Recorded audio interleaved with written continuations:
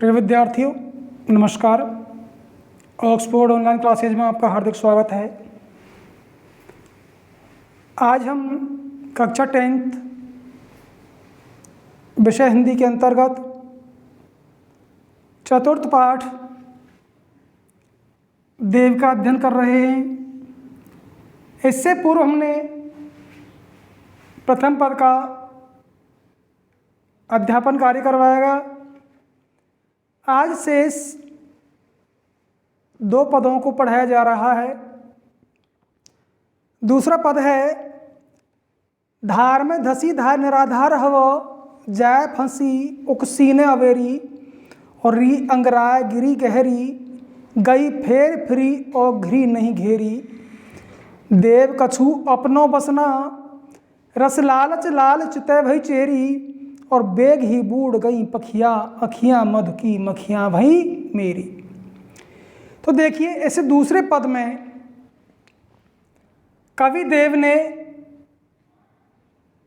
मौलिकता पूर्वक कृष्ण की जादुई सूरत में गोपिकाओं के विवश समर्पण का वर्णन किया है। भगवान श्री कृष्ण की सूरत कैसी है? जादुई, देखते ही सबको अपने वश में कर लेती है।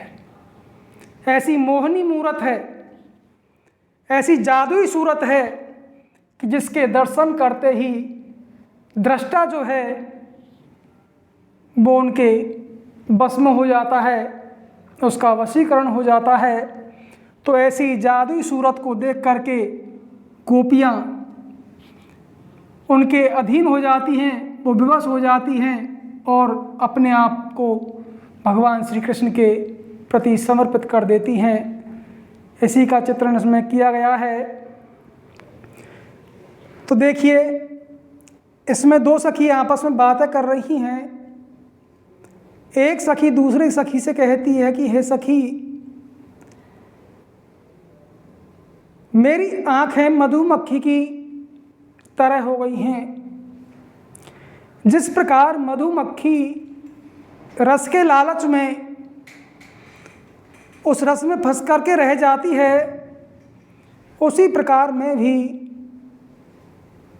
इस कृष्ण कन्हैया की सौंदर्य रूपी रस में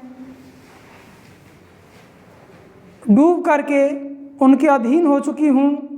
बहुत से प्रयास करने पर भी उससे मुक्त नहीं हो पा रही हूँ। इसी का इसमें चित्रण किया गया है। तो एक सखी दूसरी सखी से क्या कहती है कि अरे सखी, धार में धाय धसी निराधार हव और जाय फंसी उकसीन अवेरी और री मीन्स अरी सखी, अरी सहेली, धार में धाय धसी निराधार हव। धार में धाय धसी, धार में धारा में। अब धारा किसकी है? कृष्ण के प्रेम रस की धारा में। धा मीन्स दौड़ करके, फंसी मीन्स धसी मीन्स धस गई हैं, प्रवेश कर गई हैं। कौन? मेरी आँख है। एक सखी दूसरी सखी से कहने लगी, अरे सखी, मेरी आँखें धार में धाय धसी, धार में अर्थात श्री कृष्ण के प्रेम रंग की धारा में, प्रेम रस की धारा में, धाय दौड़ करके अर्थात शीघ्रता से, निराधार हव, निराधार होकर के अर्थात बिना किसी सहारे के, धसी पर प्रवेश कर गई हैं, धस गई हैं। धस जाना, प्रवेश कर जाना। तो एक बार पुनः इस पंक्ति का अर्थ सुनेंगे। अरी सखी, धार में धाय धसी निराधार हव। अरे सखी, मेरी अखियाँ, मेरी आँखें धार में, भगवान श्री कृष्ण के प्रेम रस की धारा में धाय दौड़ करके निराधार हव, बिना किसी सहारे के, बिना सोचे विचारे धस गई हैं अर्थात प्रवेश कर गई हैं। जाय फंसी और उसमें जाकर के ऐसी फंस गई हैं, अर्थात श्री कृष्ण के प्रेम प्रवाह में प्रवाहित होने लग गई हैं। उकसी न अवेरी, अवेरी प्रयास करने पर भी, निकालने का प्रयत्न करने पर भी न उकसी, उससे नहीं निकल पा रही है। तो एक पंक्ति का अर्थ पुनः सुनेंगे।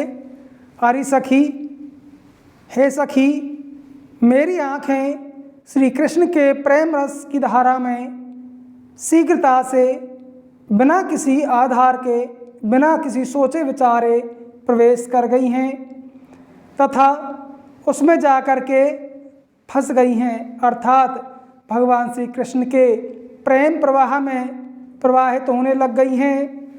उस धारा में ऐसी फंस गई हैं कि उकसी न अवेरी, कि अवेरी निकालने का प्रयत्न करने पर भी, निकालने का प्रयास करने पर भी न उकसी, उससे निकल नहीं पा रही है। उकसी मीन्स निकलना और न उकसी नहीं निकलना। तो न उकसी नहीं निकल पा रही है किससे? भगवान श्री कृष्ण के प्रेम प्रवाह से, प्रेम की धारा से। आगे कहने लगी, अंगराय गिरी गहरी, गई फेर फिरी और घिरी नहीं घेरी। और अंगराय, अरी सखी अंगराय, अंगड़ाई लेकर के गिरी गहरी, गहरी जा गिरी हैं। अरी सखी, मेरी ये अखियाँ अंगड़ाई लेकर के भगवान श्री कृष्ण के प्रेम प्रवाह में गहराई तक जा गिरी हैं। गही फेरे फिरी और घिरी नहीं घेरी। गही पकड़ना, मैंने इन्हें पकड़ करके, फेरे फिरी, फेरना इसे लौटाना चाहा, मैंने इनको पकड़ करके इनको लौटाना चाहा,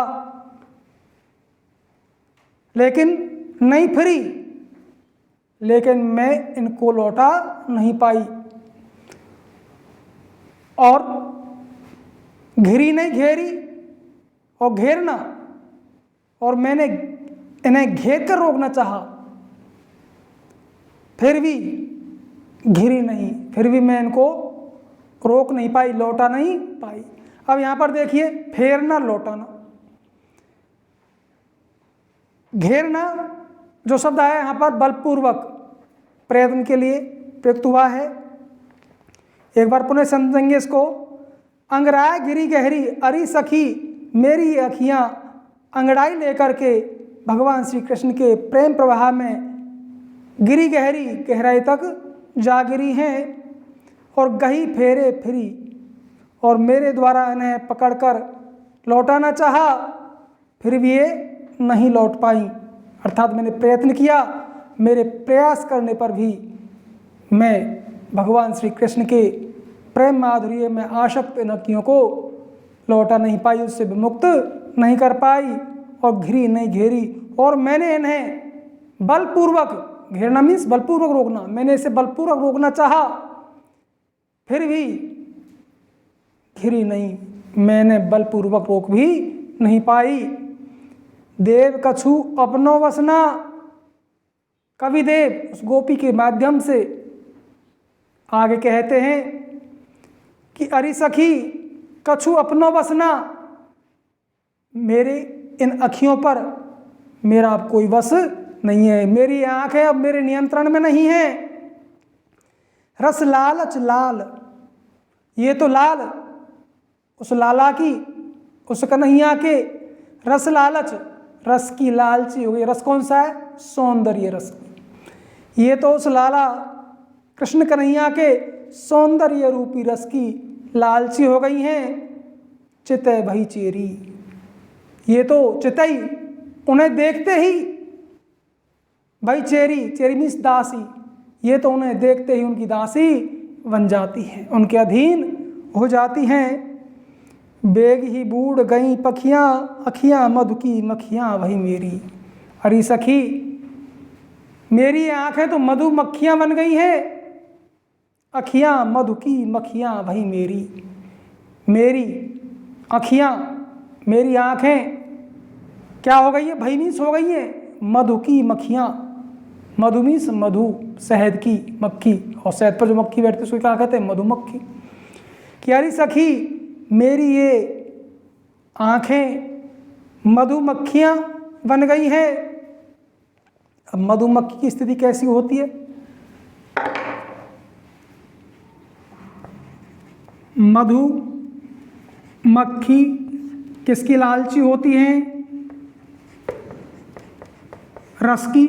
ये मधुमक्खियाँ रस के लालच में रस पर बैठती हैं, और जैसे ही बैठती हैं इस रस में, इसकी पाँखें जो हैं, इनके जो पंख हैं, वो रस में चिपक जाते हैं, और ये बहुत प्रयास करती है लेकिन उस रस से अपने पंखों को अलग नहीं कर पाती, और उसी में ही तड़पती रहती है और अपनी जान दे देती है। तो यहाँ पर उस सखी ने कहा कि अरे सखी मेरी अखियाँ तो मधुमक्खियाँ बन गई हैं। जिस प्रकार मधुमक्खी रस के लालच में उस रस के अंदर फंस जाती है, बेग ही बूढ़ गई पखियाँ, बेग मीन्स शीघ्र ही उस मधुमक्खी की पखियाँ मीन्स पाँख हैं उस रस में डूब जाती हैं, प्रयत्न करने पर भी उनसे मोक्ष नहीं हो पाती है। उसी प्रकार अरे सखी मैं भी भगवान श्री कृष्ण के सौंदर्य रूपी, मेरी आँखें भी भगवान श्री कृष्ण के सौंदर्य रूपी रस में डूब चुकी हैं, उनकी लालची हो चुकी हैं। मेरे प्रयत्न करने पर भी, मेरे द्वारा प्रयास करने पर भी मेरी आँखें भगवान श्री कृष्ण के रूप सौंदर्य से विमुक्त नहीं हो पा रही हैं। हमेशा उनकी मोहनी मूरत को ही टकटकी लगाए निहारती रहती हैं, देखती रहती हैं। तो इस प्रकार इस द्वितीय पद में भगवान श्री कृष्ण की जादुई सूरत में गोपियों के विपद समर्पण का चित्रण किया गया है। एक बार पुनः पूर्वार्ध इसका रिपीट कर देता हूँ। धार में धाय धसी निराधार हवे, जाय फंसी उकसीने अवेरी, और री अंगराय गिरी गहरी, गई फेरे फिरी और घिरी नहीं घेरी। देव कछु अपनो बसना, रस लाल चिते भई चेरी, और बेग ही बूढ़ गई पखियाँ, अखियाँ मधु की मखियाँ भई मेरी। दो गोपियाँ आपस में बातें कर रही हैं। एक गोपी अपनी सखी से बोली, अरे सखी मेरी आँखें भगवान श्री कृष्ण के प्रेम रस की धारा में दौड़ करके शीघ्रता से निराधार हो करके बिना किसी सहारे के धसी प्रवेश कर गई हैं। जाए फंसी और उसमें जाकर के फंस गई हैं, अर्थात भगवान श्री कृष्ण के प्रेम प्रवाह में प्रवाहित होने लग गई हैं, और उस धारा में जाकर के ऐसी फंसी हैं कि उकसी न अवेरी, कि अवेरी मेरे द्वारा प्रयत्न करने पर भी, मेरे द्वारा प्रयास करने पर भी न उकसी, उससे अलग नहीं हो पा रही हैं, उससे निकल नहीं सकी हैं। अंगराय गिरी गहरी, ये मेरी अखियाँ तो अंगड़ाई लेकर के गिरी गहरी जागरी हैं। मेरी अखियाँ तो अंगड़ाई लेकर के भगवान श्री कृष्ण के प्रेम प्रवाह में अत्यंत गहराई तक जागरी हैं, और गही फेरे फिरी और घिरी नहीं घेरी। और मैंने इन्हें पकड़ करके, गही मीन्स पकड़ करके फेरे लौटाना चाहा, फिर भी नहीं फिरी नहीं, लेकिन फिर भी मैंने लौटा नहीं पाई, और घिरी नहीं घेरी। और मैंने इन्हें घेर कर अर्थात बलपूर्वक रोकना चाहा, फिर भी नहीं घिरी, फिर भी मैंने घेर नहीं पाई, मैंने बलपूर्वक भी नहीं रोक पाई। देव कछु अपनो बसना, कवि देव उस सखी के माध्यम से कहने लगी कहने लगे कि अरे अरे सखी कछु अपनो बसना, प्यारी सखी मेरे इन नेत्रों पर मेरा अब कुछ बस नहीं रहा है, मेरी आंखें परवश हो चुकी हैं, उस कृष्ण के अधीन हो चुकी हैं। रस लालच लाल, ये उस लाला के अर्थात श्री कृष्ण के रस लालच सौंदर्य रूपी रस की लालच लालची हो गई हैं। चितय भई चेरी, ये उसे देखते ही, चितय मीन्स देखते ही, भई चेरी उनकी दासियां बन जाती, उनकी दासी बन जाती हैं। बेग ही बूढ़ गई पखियां, अखियां मधु की मखियां वही मेरी। अंत में वह सखी कहती है कि अरे सखी मेरी ये आँखें तो मधुमक्खियाँ बन गई हैं।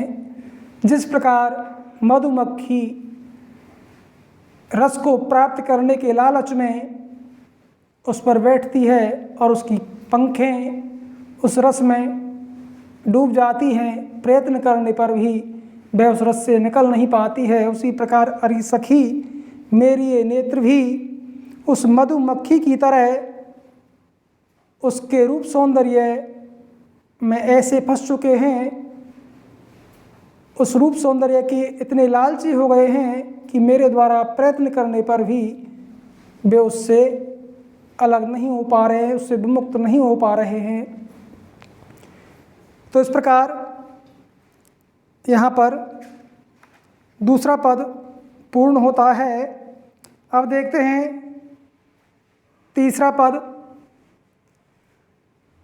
तीसरे पद में नायिका का स्वप्न संसार जागते ही खो जाता है। तीसरा जो पद है स्मृति एवं स्वप्न कविता का संगम है। स्मृति एवं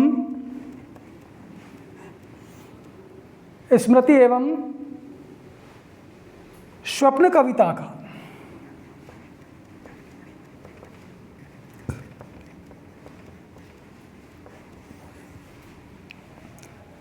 अर्थात एक सखी सपना देख रही है और उस सपने में अपने प्रियतम की उसे स्मृति हो आती है, याद हो आती है। सपना जैसे ही भंग होता है वो पुनः दुखी हो जाती है, ब्रह में संतप्त होने लगती है, ब्रह रूपी ज्वर में तपने लगती है। तो देखिए यह तीसरा पद स्मृति एवं स्वप्न कविता का एक संगम है। नायिका का स्वप्न संसार उसके जागते ही खो जाता है। स्वप्न में सुखद मिलन है, सपना देख रही है, प्रियतम से मिल रही है, तो स्वप्न में सुखद मिलन है और जागरण में जुदाई है, विरह है, बिछुड़ जाती है। यह विडंबना ही कविता की मौलिकता एवं खूबसूरती है। तो देखिए किस प्रकार से एक नायिका की स्मृति और किस प्रकार से उसका स्वप्न संसार टूटने पर किस प्रकार से वो दुखी होती है, इसका बड़ा ही सुंदर चित्रण इस पद में किया गया है।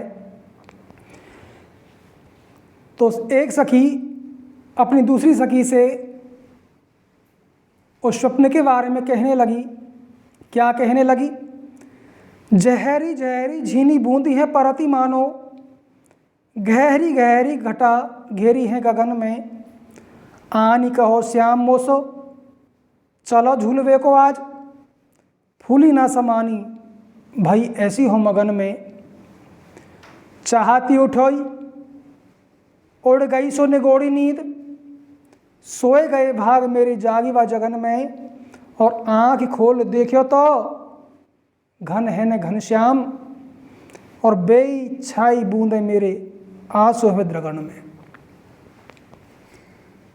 प्रथम दो पंक्तियां हैं, उसमें उस परिवेश का चित्रण किया गया है जिसमें वो स्वप्न देखती है। तो देखिए उस समय वातावरण कैसा था, उसी का चित्रण किया गया है। और उस मनमोहक वातावरण में उसे किस प्रकार का स्वप्न होता है, स्वप्न कैसे टूटता है और किस प्रकार की दशा उस सखी की होती है, उसी का बड़ा ही सुंदर चित्रण किया गया है। तो जहरी जहरी झीनी बूंदी है परति मानो, मानो ऐसा लगता है, जनु जानो मनु मानो जहाँ पर आता है वहाँ पर उत्प्रेक्ष अलंकार होता है। ऐसा लगता है मानो जहरी जहरी झीनी बूंदी है परत, जहरी जहरी झीनी झीनी या झरझर की आवाज करती हुई, देखेंगे यहाँ पर जहरी जहरी, जहरी जहरी, जहरी में दो अर्थ हैं इसके, झरझर की आवाज करती हुई या झकोरों या झोंकों के साथ, दोनों के साथ आपको अर्थ स्पष्ट करूंगा इसका कि जहरी जहरी झरझर की आवाज करती हुई, झीनी मीन्स नन्ही छोटी छोटी पारदर्शी बूंद हैं परती, बूंदें पड़ रही हैं। ऐसा लग रहा है कि उस परिवेश में, उस वातावरण में झरझर की आवाज करती हुई नन्ही नन्ही छोटी छोटी या पारदर्शी बूंदें पड़ रही हैं, या जहरी जहरी झोंकों के साथ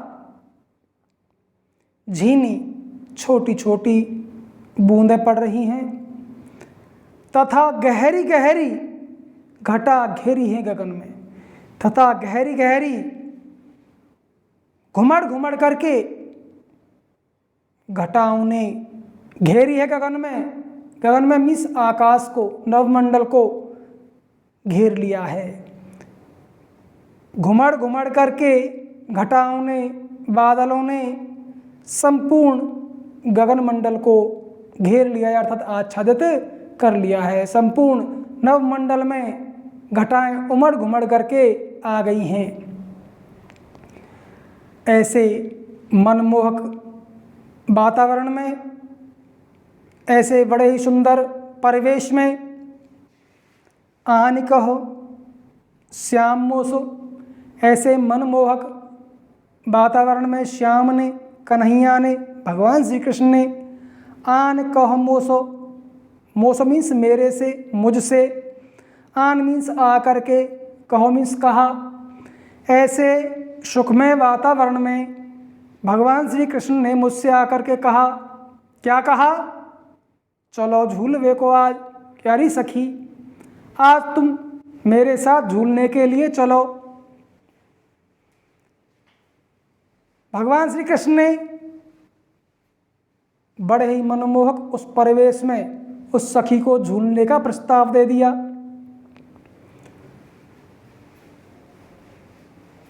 उस प्रस्ताव को सुनकर के उस सखी की क्या दशा होती है, देखिए।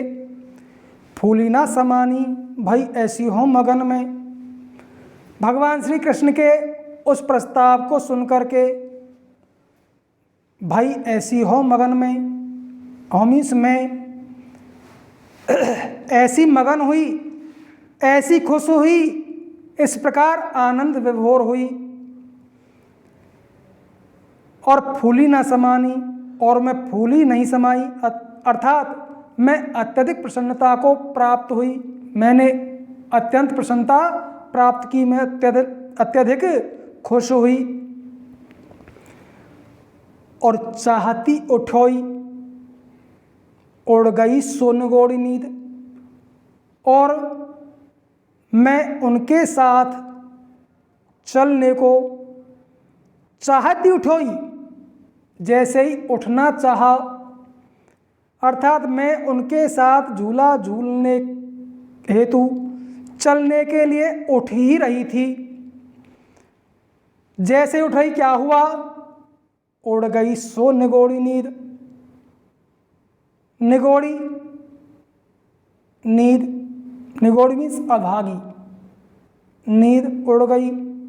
अर्थात उसी समय जैसे ही मैं उनके साथ झूला झूलने के लिए चलने लगी, उठ ही रही थी, वैसे ही अभागी नींद खुल गई। अब यहाँ पर एक शब्द आया निगोड़ी।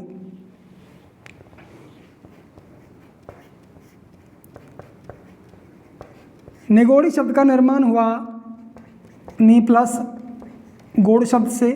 नी मीन्स रहित, गोड़ मीन्स अंग, अंगों से रहित, अंग नहीं हुए तो उसको क्या कहते हैं?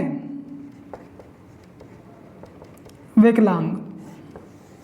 तो निगोड़ी शब्द का शाब्दिक अर्थ है विकलांग, अंग रहित, गोड़ का अर्थ है अंग। लेकिन एक अर्थ तो इसका विकलांग हो गया, और ब्रज क्षेत्र में एक गाली है निगोड़ी। तो ब्रज प्रदेश की एक गाली जिसको निगोड़ी कहा जाता है,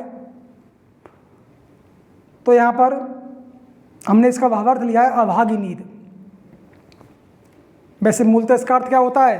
विकलांग होता है, लेकिन ब्रज क्षेत्र में निगोड़ी शब्द गाली के लिए प्रयुक्त होता है। लेकिन हमने इसका भावार्थ लिया यहाँ पर, वो भावार्थ क्या लिया है? अभागी, दुर्भाग्यशाली। तो चाहती उठोई उड़ गई सो निगोड़ी नींद। वह सखी कहने लगी कि अरे सखी, मैं उनके साथ चलने के लिए जैसे ही उठ ही रही थी, वैसे ही अभागी नींद खुल गई और सोए गए भाग मेरी जागिवा जगन में। और मेरे जागिवा जगन में, मेरे उस जागने में,